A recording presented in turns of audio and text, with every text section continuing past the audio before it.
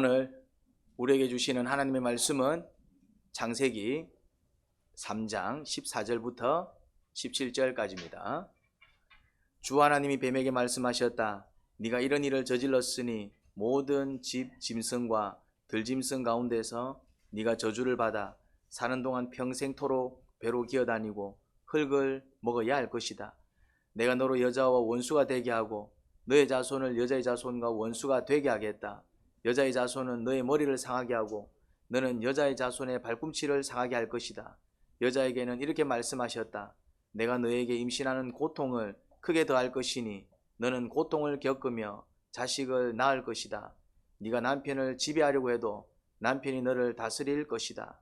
남자에게는 이렇게 말씀하셨다.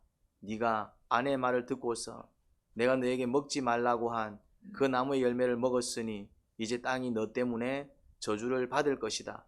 너는 죽는 날까지 수고를 하여야만 땅에서 나는 것을 먹을 수 있을 것이다. 아멘.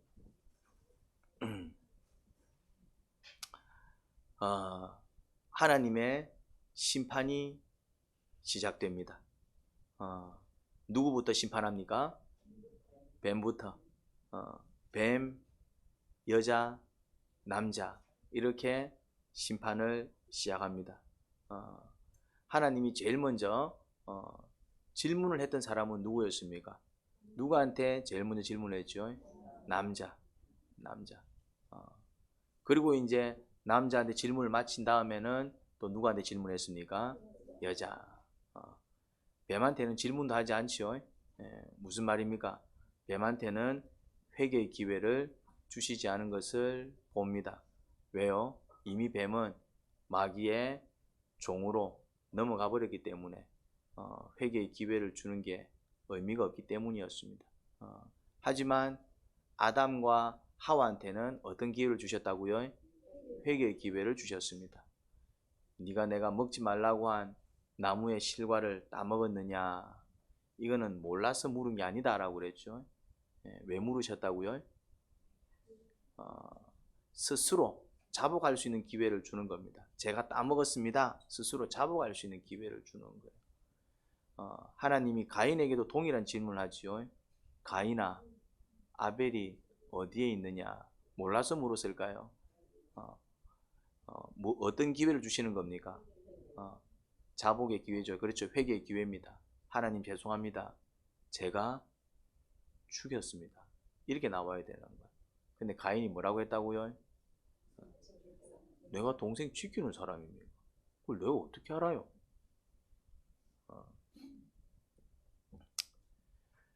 안타깝게도 아담과 하와는 하나님이 주신 그 회개의 기회를 어떻게 해버립니까? 그렇죠. 뭐라고요? 이제 그 기회를 붙잡지 못하지요. 묵살해버립니다. 그러니까 이제 핑계 대기 바쁘고 남 탓하기 바쁘고 그게 얼마나 어리석은지 모릅니다. 하나님 다 압니다. 여자가 줘서 먹었다 안 하는 거 압니다. 근데 하나님이 그걸 원하셨던 게 아니라 그래 내 그거 아는데 니는 뭐 잘못했는데 왜? 아담을 용서하려면은 아담이 잘못한 걸 얘기해야 돼요. 하와의 잘못은 하나님께서 어떻게 하실까요? 하와한테 물을 겁니다. 굳이 그거를 아담이 이야기할 필요가 없다 이 말이죠. 아담은 뭐만 얘기하면 됩니까? 자기가 잘못한 것을. 자, 그런데 이제 회개의 기회를 놓치고 그래서 이제 하나님은 안타깝습니다. 안타깝습니다. 그래서 이제 뭘 내리기 시작합니까?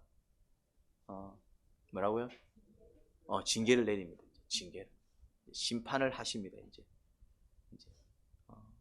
그런데 이제 심판 순서는 다릅니다. 누구부터 합니까? 누구부터? 뱀부터 합니다. 이제. 죄를 지은 순서대로 하는 거예요. 이제. 죄를 지은 순서대로.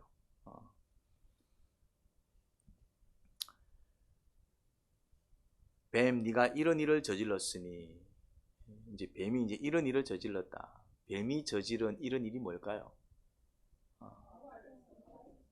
이제 하와를 유혹을 했다 이 말이죠. 그러면은 하와를 왜 유혹했을까요? 그렇죠. 하나님을 마귀 만들어서 대적하기 위해서. 근데 이제 하나님을 대적하는 자, 하나님을 대적하는 자가 사실은 누굽니까? 마귀지요. 그러니까 뱀이 지금 누구 종로로 타고 있는 거예요? 마귀의 종노릇을 하고 있는 것입니다. 그러니까 지금 네가 이런 일을 저질렀으니, 그러니까 이제 뱀이 저지른 이런 일은 뭐라고요? 1차적으로는 표면적으로는 하와를 유혹한 것이죠. 그런데 조금 더 들어가 보면은 결국 뱀이 한 짓은 어떤 짓이었다? 그렇죠. 마귀의 종이 되어 가지고 하나님을 대적하도록. 그러니까 이제 딱 아담과 하와가 하나님이 하지 말라는 짓을 딱 하게 만드는 것이죠. 그러니까 아담과 하와가 하나님을 대적하도록 만드는 것입니다. 하나님 말 안 듣게 만드는 것입니다. 하나님께 반역하도록 만드는 것입니다. 누구처럼? 자기처럼. 좀 더 거슬러 올라가면은 마귀처럼.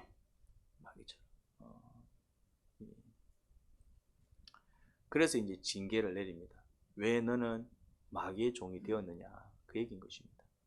왜 마귀의 종이 되어가지고 마귀의 종노릇하니? 왜 나를 대적하는 짓을 하니? 왜 나를 대적하느냐? 왜 나를 대적하는 그 마귀를 따르니? 그 종이 되어가지고 내 사랑하는 사람들까지 나를 대적하도록 만드느냐? 그런 방식으로 왜 나를 계속해서 괴롭히고 나를 대적하니? 그런 이야기입니다. 그래서 이제 저주를 받습니다. 뱀이 배로 기어다닙니다. 배로 기어다닌다고 해서 잘못된 게 아닙니다. 하나님께서 배로 기어다니게 할 수도 있겠죠. 예를 들어 새는 날아다니게 만드셨습니다. 그렇죠? 짐승들은 뛰어다니게 만들었어요. 그런데 뱀이 배로 기어다닌 것은 이게 일종의 뭡니까? 징계입니다. 그렇죠. 저주입니다. 뱀이 이제 배로 기어다니는 것은 하나님께서 새를 날게 만드시고 짐승들을 뛰어다니게 만드신 것처럼 뱀은 너는 배로 기어다녀. 그렇게 처음부터 그렇게 지으신 창조가 아니라 이거는 뭐라고요?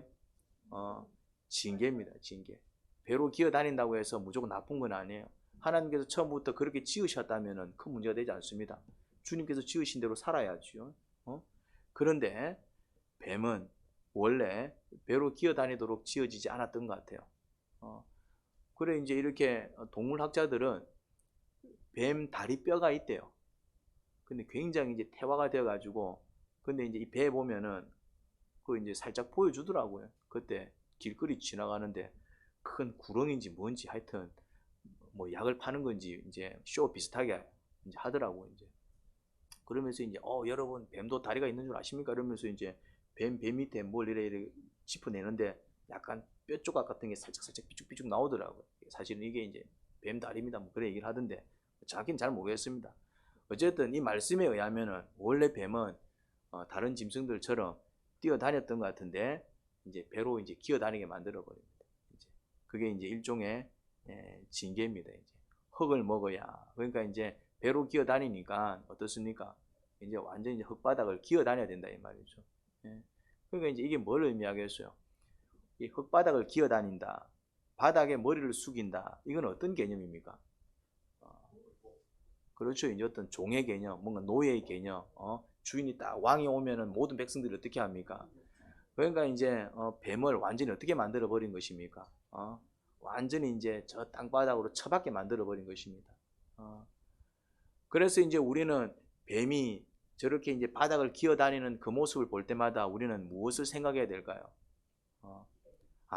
마귀의 종로로 타면은 저렇게 바닥까지 처박는구나.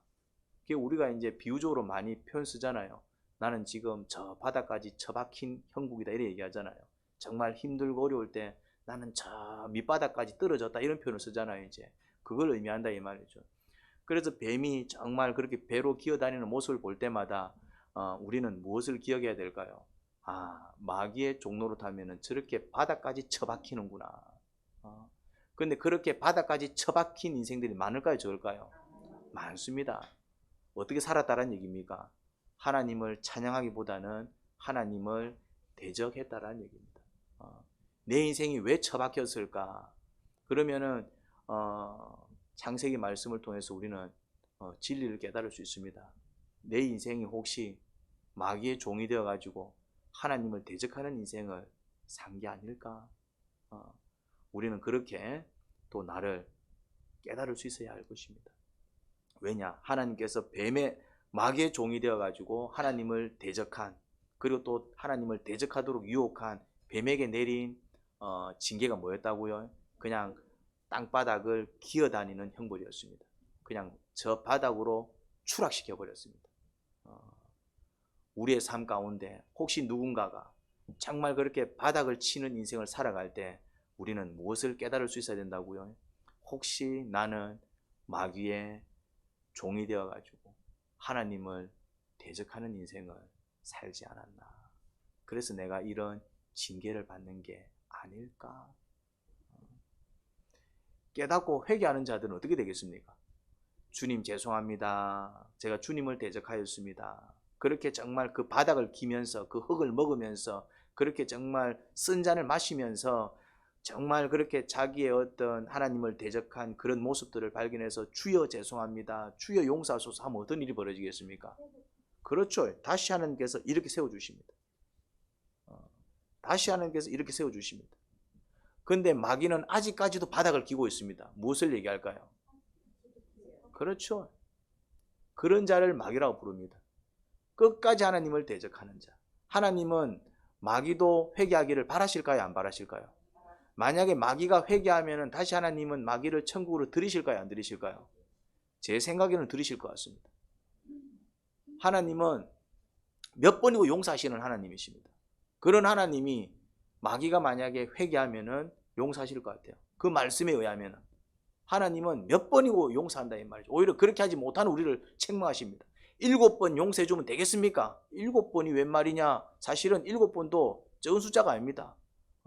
원래는 3번도 적은 숫자가 아닙니다. 3번도. 그 당시 문화 속에서 3번을 용서해 준다? 성인군자입니다. 그러니까 베드로는 그 3번에 몇 번을 더한 겁니까? 4번을 더했기 때문에 그 당시 문화 속에서 똑같은 잘못을 범한 사람을 3번을 용서해 준다? 그것도 엄청난 인격입니다. 와, 니 3번이나 용서해 줬나? 그런 문화였다 이 말입니다. 사실 지금도 그럴걸요. 지금도 만약에 동일한 범과를 그렇게 2-3번 용서해 주면 니 진짜 속도 좋다. 그런 칭찬을 들을 것입니다. 그런데 이제 베드로는 그래도 예수님의 제자니까 몇 번을 더 했다고요? 4번을 더 얹어가지고 주님 7번 용서해 주면 되겠습니까? 그러니까 이게 베드로 입장에서는 정말 엄청난 어떤 시도입니다. 엄청난 발상이라니까요. 그런데 예수님은 그 엄청난 발상조차도 묵살시켜버리지요. 7번이 웬 말이냐? 몇 번을 얘기합니까? 70번에 7번이라도 해줘야 돼. 그럼 77이 490번입니다. 근데 그러면은 또 그게 이제 횟수를 얘기할까요? 아닙니다. 490번을 어떻게 세고 있습니까? 무슨 말입니까? 회개하면은 무조건 용서해줘라 그 얘기입니다. 100번이고 1000번이고 회개하면 용서해줘라 그 말이에요. 그럼 예수님이 그렇게 말씀하셨다는 얘기는 예수님의 성품이 어떤 성품이라는 얘기입니까? 100번이고 10,000번이고 회개하면 용서해준다는 얘기입니다. 그러면 답이 나왔죠. 왜 하나님은 회복시켜 주시지 않는 것입니까? 왜 여전히 바닥을 치고 있는 것입니까? 왜 여전히 뱀은 늘 여전히 바닥을 기고 있고 마귀는 아직까지도 지옥 백성으로 살아가야 되는 것일까요? 이유가 뭐라고요? 그들이 아직까지도 회개하지 않기 때문에 그렇습니다. 그러니 참 하나님 너무하다.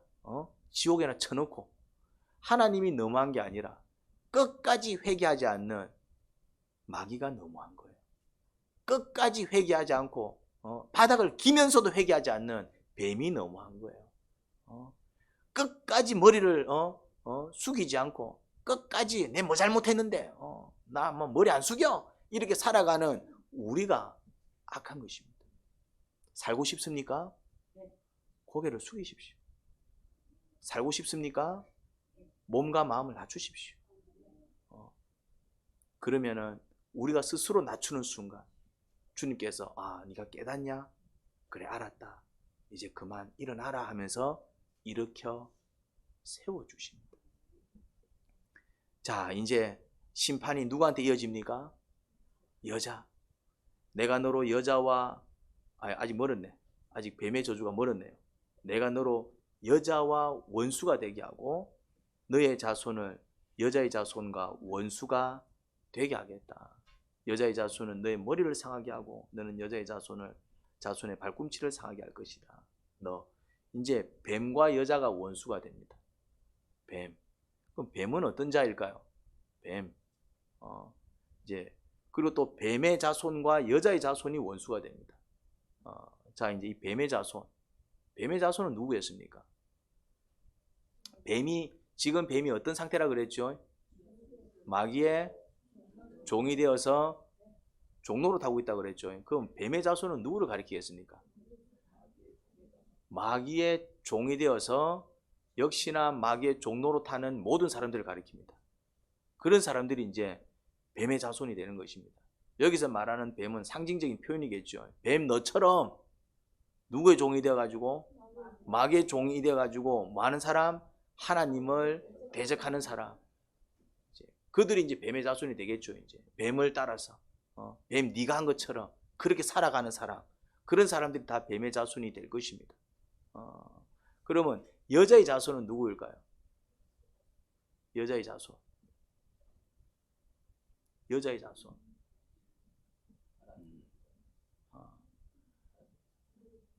남자의 자손이라고 하지 않고 여자의 자손이라고 합니다.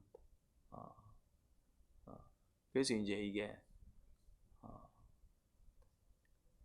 여자의 자손은 이런 자들입니다. 지금 여자가 뱀한테 속았다 이 말입니다. 뱀한테 속았다 이 말이죠. 그래서 이제 뱀한테 속은 것을 지금 하와의 심정이 어떨 것 같아요? 굉장히 억울합니다. 내가 저한테 속아가지고 내가 저한테 속아가지고 하나님을 대적하고 내가 저한테 속아가지고 그래서 여자는 어쨌거나 그 순간에 어떤 마음이었겠습니까? 내가 다시는 뱀한테 속지 않으리라. 내가 다시는 뱀한테 속지 않으리라. 여자의 자손은 누구냐면은 뱀한테 속은 게 너무나도 억울하고 그래서 내가 이제 원치 않게 하나님을 대적한 것이 너무나도 후회스러워서 내가 다시는 뱀한테 속지 않으리라. 뱀한테 속지 않으리라. 그냥 주님의 뜻을 꽉 붙들고 내가 살아가리라. 그렇게 결심하고 마음 먹고 그렇게 살기 위해서 몸부림치는 사람들이 누구라고요? 여자의 자손입니다. 물론 이 여자 자손에 이제 그런 그 계보들이 있습니다. 그 계보를 타고 최종적으로 누가 옵니까? 예수님이 옵니다. 결국 예수님이 온 그 계보는 여자의 후손을 통해서 예수님이 오게 되는데 그래서 여자의 자손의 하이라이트는 예수님이십니다. 여자 자손의 이제 종착지는 예수님이십니다. 그렇지만 예수님이 오기까지 그러면 이제 여자의 자손이 있을 거 아니에요. 그 자손들은 누굽니까? 하와처럼 비록 뱀에게 당해가지고 하나님을 대적한 우를 범했지만 그게 너무나도 억울해서 내가 왜 그랬을까? 그걸 깊이 반성하고 내가 다시는 내가 뱀에게 속는 일이 없을 것이다. 내가 다시는 그러지 않겠다. 그렇게 결단하고 각오하면서 주님의 뜻을 꽉 붙들고 살아가는 그 사람들이 이제 여자의 후손이 되는 것입니다. 여자의 후손이 되는 것입니다. 그러면은 물론 이제 그래서 이제 최종적으로 이제 신학자들이 여자의 자손을 이제 최종적으로 이제 가리키는 그 정점은 예수 그리스도입니다. 결국 예수 그리스도는 남자의 자손으로 오지 않습니다. 누구의 자손으로 옵니까? 여자의 자손으로 오지요. 그래서 이제 그 여자의 자손은 너의 머리, 뱀의 머리를 상하게 하고 너는 여자의 자손을 발꿈치를 상하게 할 것이다. 그래서 이제 예수님께서 누구의 머리를 상하게 해버렸다? 그렇죠. 뱀은 누구를 상징합니까? 사단의 머리를 깨부셔버렸다 이 말이죠. 머리를 박살내버리고 대신 그 뱀은 여자의 자손이 뭘 상하게 하고? 발꿈치를 상하게 하고. 발꿈치는 뭔가 이제 아프지만은 치명타는 아닙니다. 예수님은 십자가를 지셨어요. 죽으셨습니다. 그런데 다시 부활하셔가지고 생명을 선포해버렸죠. 마귀는 어떻게 되었습니까? 그 사건으로 인해서 박살 나버렸다 이 말이죠. 그 십자가 사건까지 예고하는 또 그런 메시지가 됩니다. 그러면은 우리가 귀한 사실을 깨달을 수 있습니다. 뱀의 후손과 여자의 후손이 따로 있지 않습니다. 만약에 내가 마귀의 종노릇을 한다면, 내가 마귀의 종노릇을 하여 하나님을 대적하는 삶을 산다든지 그런 행동을 한다면 나는 누가 될까요? 뱀의 후손이 되는 것입니다. 그런데 내가 다시는 뱀에게 속지 않으리라, 거짓에 속지 않으리라, 내가 유혹을 당하지 않으리라, 잘못된 인생 살아가지 않으리라, 내가 이제는 정말 주님의 뜻을 온전히 붙들고 주님만을 위해서 바르게 살겠습니다, 그렇게 결단하고 그렇게 나아가는 사람이라면 나는 누구의 후손이겠습니까? 여자의 후손. 여자의 후손이 따로 정해져 있고 남자의 후손이 따로 정해져 있지 않습니다. 내가 이제 누구의 후손으로 살아갈지는 누가 선택합니까? 내가 선택하는 것입니다. 여러분들은 누구의 후손으로 살아가렵니까? 뱀의 후손으로 살아가렵니까? 아니면은 여자의 후손으로 살아가렵니까? 자, 이제 여자에게 이제 심판이 옮겨집니다. 여자에게 내가 너에게 임신하는 고통을 크게 더할 것이니 너는 고통을 겪으며 자식을 낳을 것이다. 이제 고통을 줍니다. 근데 하필 고통을 주는데 임신의 고통을 줘요. 그래서 유일하게 임신 중에 고통을 겪는 피조물은 인간밖에 없습니다. 여러분들 혹시 개가 입덧하는 거 보신 적 있습니까? 고양이가 입덧하는 거 보신 적 있습니까? 하여튼 여러분들 이제 임신을 하는 생명체들 있잖아요. 임신을 보면은 막 또 새끼를 막 수백 마리씩 낳는 애들도 있잖아요. 이제 그 입덧하는 거 보신 적 있습니까? 그 다음에 짐승이 이제 새끼를 낳을 때 비명 지르면서 새끼 낳는 혹시 짐승을 본 적 있습니까? 사자가 새끼를 낳는데 엉엉엉엉 이래 새끼 낳는 거 본 적 있습니까? 소가 새끼를 낳는데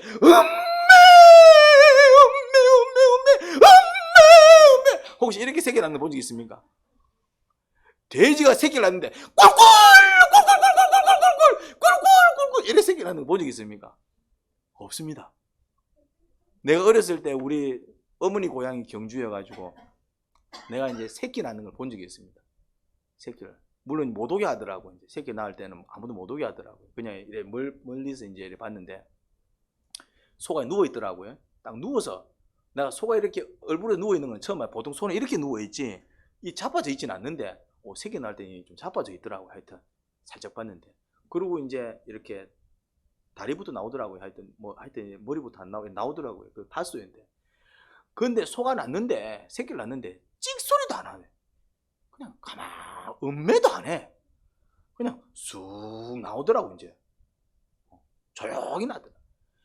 유일하게 아기를 낳을 때 막 완전 막 저 집 알을 낳는구나. 유일하게 알을 낳을 때 막 요도방정을 뜨는 사람은 모든 피조물 중에 여자밖에 없습니다. 왜 그럴까요? 참 신기합니다, 이게. 그러면은 원래 이제 이렇게 출산할 때는 아무런 고통이 없습니다. 그런데 이제 유일하게 이제 이렇게 임신을 해서 이렇게 이제 살아갈 때 유일하게 별실업은 존재가 여자들입니다. 여자들이 임신하면은 그때부터 남자들이 어떻게 됩니까? 고달픕니다. 여름에 딸기를 먹고 싶다는 둥, 문 다 닫았는데 갑자기 일어나고 족발이 먹고 싶다는 둥, 그거 안 사주면은 막 그걸 평생 기억해가고 부부 싸움할 때마다 우려 먹고 하여튼 별실어버요. 짐승들은 안 그렇다니까요. 짐승들은 그것도 사람은 꼴랑 한 명 낳으면서 짐승들은 보면 7마리, 6마리 그냥 낳는데도 찌소리도 안 하고 말이지. 임신을 했는지도 몰라. 짐승들은 유별납니다. 인간들만, 특히 여자들만. 왜 이제 그럼 하나님이 그 하고 많은 고통 중에 왜 이 출산의 고통을 주셨을까? 이 출산의 고통을 깨달으면은 굉장히 은혜스럽습니다. 하나님께서 모든 짐승들은 입덧을 하지 않는데 유일하게 인간들만 입덧을 합니다. 왜 그럴까요? 이유는 한 가지입니다. 짐승들은 먹고 싶은 거 먹지 않습니다. 뭐만 먹습니까? 지가 먹어야 될 음식들만 먹습니다. 짐승들은. 그리고 짐승들은 절대로 과식하지 않습니다. 딱 필요한 양만 먹습니다. 그래서 짐승들은 음식 때문에 문제가 생기지 않습니다. 음식 때문에 문제가 생기는 존재는 인간밖에 없습니다. 입덧을 왜 하게 할까요? 음식을 함부로 먹지 마라. 왜요? 지금 너는 네 안에 또 다른 생명체를 키우고 있는데 네 잘못된 식생활이 누구까지 조진다고요? 그 아이까지 조지는 거예요. 왜 하나님은 입덧하게 만들어가지고 왜 입덧하게 만들었다고요? 하와가 뭘 먹었다고요? 먹으면 안 되는 거. 먹으면 안 되는 거. 하나님이 징계를 내려도 그냥 이놈의 새끼들 내 먹지 말라는 거 묻지. 니 이제부터 애 낳을 때마다 고생 좀 해봐라. 이게 아니고 어떤 징계를 내리면은 야들이 더 나빠지지 않고 물론 그것 때문에 힘은 들겠지만 고통스럽겠지만 그 고통을 통해서 야들이 좀 유익한 삶을 살아갈 수 있을까? 그래서 엄마들이 임신하는 동안에는 음식을 함부로 먹지 않습니다. 왜요? 입덧 때문에. 그러니 음식을 먹어도 어떻게 먹습니까? 조심스럽게 먹습니다. 그리고 얼마나 먹습니까? 막 먹어 제낄 수가 없어요. 물론 이제 또 땡길 때는 먹겠지만은 굉장히 음식을 먹을 때 조심스럽게 그렇게 먹습니다. 왜 그렇게 하게 하셨을까요? 하나님께서 뭘 지키기 위해서? 그 아이를 지키기 위해서. 그러니까 이제 그렇게 이제 생명을 낳는 거예요. 그렇게. 그리고 이제 아이를 낳을 때 정말 최악의 어떤 고통을 겪습니다.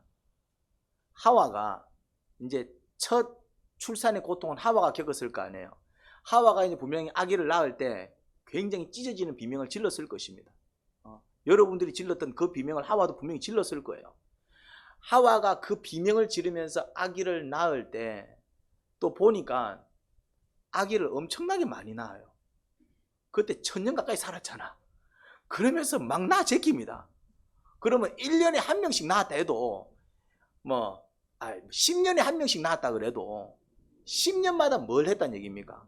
아기를 낳을 때마다 뭐 했다는 얘기입니까? 비명을 지르면서 낳았을 겁니다. 첫째는 힘들어도 둘째는 안 힘듭니까? 첫째도 비명을 지르지만은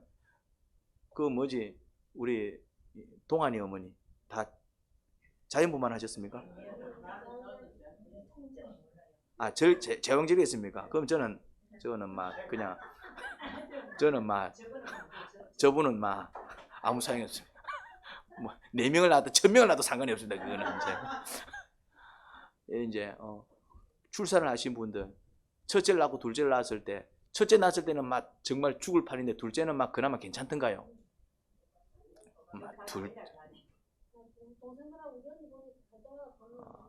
이런 얘기할 때는 가만히 있으시기 바랍니다. 출산하신 분들이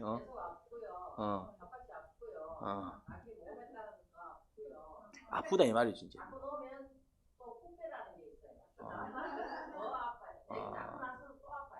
아프다 이 말이지. 힘들면 쉽게 말해서 낳을 때 힘듭니다. 찢어집니다. 하와가 아기를 낳을 때마다 이제 고통을 겪습니다. 이제 하와의 심정이 되어 봅시다. 이제 하와 이제 이래 징계를 받고 이제 하와는 징계를 받았잖아요. 이제 지가 왜 고통을 당하는지 알잖아. 이제 원래는 이제 그런 몸이 아니었는데 아기를 낳을 때 이제 막 비명을 지르면서 낳습니다. 그때 하와는 어떤 생각을 했을 것 같아요?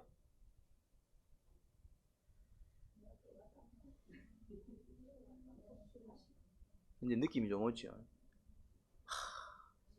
하나님께서 하지 말라는 짓을 해서 내가 이 고통을 당한다 이 말이죠. 그렇게 이제 그 고통, 내가 하지 말라는 짓을 해가지고, 내가 속아가지고 그런 고통 속에서 아기를 낳을 때 그 아기를 향한 마음이 어떻겠습니까? 나는 이 아기를 키울 때, 내가 이 자녀를 키울 때 정말 하나님 말씀대로 살도록 내가 키워야 되겠다. 왜? 이 고통을 물려주지 않기 위해서. 내가 지금 이 고통을 왜 당하는데? 내가 지금 이 고통을 왜 당한다고요?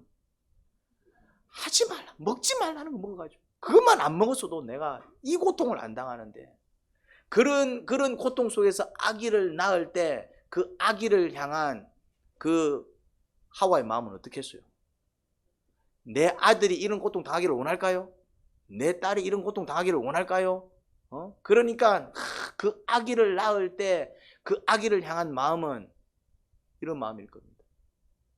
내가 니만은 이 고통을 당하지 않도록 하나님 말씀대로 살지 않으면 이런 고통을 당하니, 내가 지금 처절한 이런 고통을 내가 경험을 하고 있기 때문에 아기를 낳을 때마다 그 고통을 겪는 거예요. 아기를 낳을 때마다.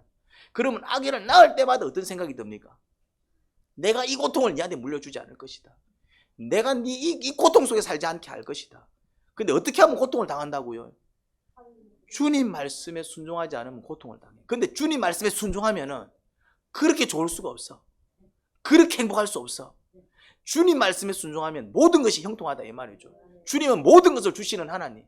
그거 하나 하지 말라 그랬는데 그거 하나 하지 말라는 것을 하지 못해가지고, 그러니 자녀를 낳을 때 이 고통을 통해서 하와가 결심할 수밖에 없었던 그 결단은 뭐였겠습니까? 내가 너를 정말 하나님 말씀으로, 정말 하나님 말씀에 순종하는 내가 아들로, 내가 너를 딸로, 내가 너를 키울 것이다. 그러면은 이제 우리가 자녀를 낳을 때마다 이제 출산의 고통을 겪습니다.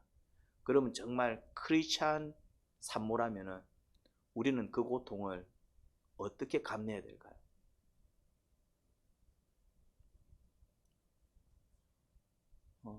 남편 머리 끄잡아 당기면서 이 아가 내 아만 되나 니 아는 아이가 왜 내만 고통스러워야 되는데, 내가 만들었나 네가 만들었지, 이래야 될까요? 아니면 주님, 이 고통이 어디서 왔다고요? 하나님 말씀대로 살지 못한 것에 대한 징계 아닙니까? 비록 고통스럽지만 그 고통 속에서 아기를 낳을 때 내 아이만큼은 이 고통스러운 삶을 물려주지 않기 위해서 정말 하나님이 허락하시고 하나님이 만들어 놓으신 정말 그런 축복과 행복 속에서 바르게 살아갈 수 있도록 내가 뭘 가르치겠다? 정말 하나님 말씀을 가르치고 그 말씀대로 살아갈 수 있도록 그 은혜를 가르쳐야 되겠다. 그게 바로 고통을 달게 받는, 그게 바로 회개하는 자의 심령인 것입니다.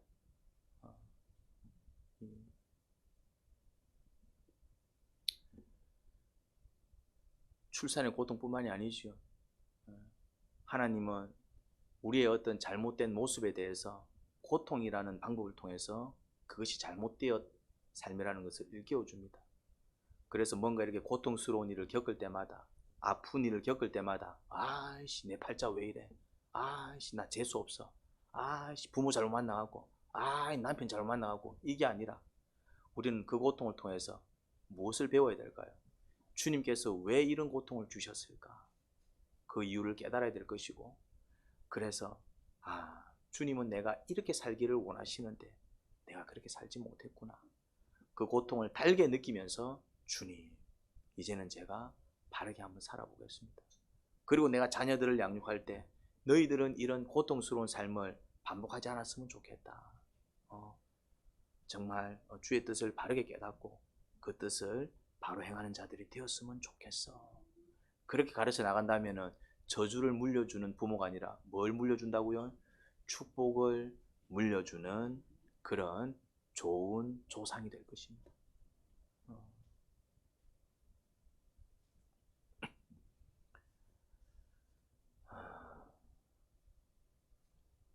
몇 마디 안 했는데 시계 벌써 이래 되네. 하나님 아버지,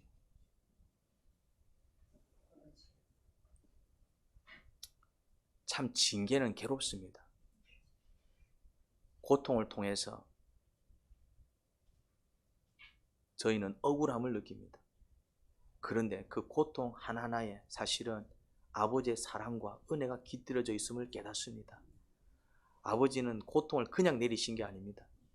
어떤 징계를 내리면 이들이 좀 더 유익한 나은 삶을 살아갈 수 있을까? 어떻게 하면 죄 덜 짓고 정말 거룩한 삶을 살아갈 수 있을까? 그런 고민이 엿보입니다.